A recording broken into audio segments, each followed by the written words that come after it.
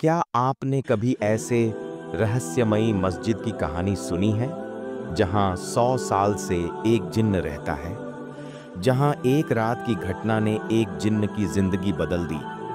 यह कहानी आपको हैरान कर देगी, सोचने पर मजबूर कर देगी और एक नई सीख देगी।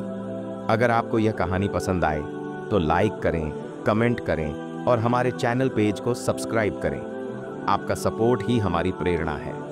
अब चलिए डूबते हैं एक रहस्यमयी दुनिया में। एक गांव में एक प्रसिद्ध मस्जिद थी जहां इमाम साहब बड़ी निष्ठा के साथ इमामत करते थे।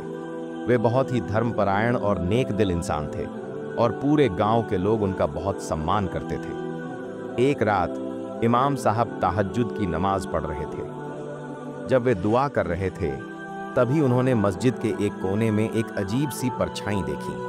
पहले तो वे घबरा गए, लेकिन फिर हिम्मत जुटाकर पूछा, तुम कौन हो?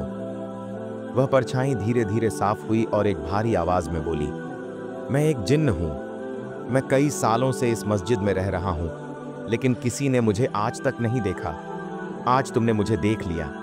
इमाम साहब बिना डरे बोले, तुम अल्लाह की ही एक मखलूक हो। बताओ तुम यहां क्यों हो? जिन्न कुछ देर चुप रहा, फिर बोला, मैंने अपने जीवन में बहुत से गुनाह किए हैं। मैंने कई लोगों को नुकसान पहुंचाया, लेकिन एक दिन एक आलिम ने मुझसे कहा कि अगर मैं सच्चे दिल से तौबा करूं तो अल्लाह मुझे माफ कर देंगे।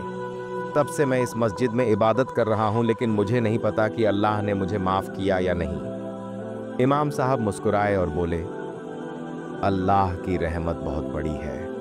अगर तुम दिल से पश्चाताप कर चुके हो और अब किसी को नुकसान नहीं पहुंचाओगे तो अल्लाह तुम्हें माफ कर देंगे।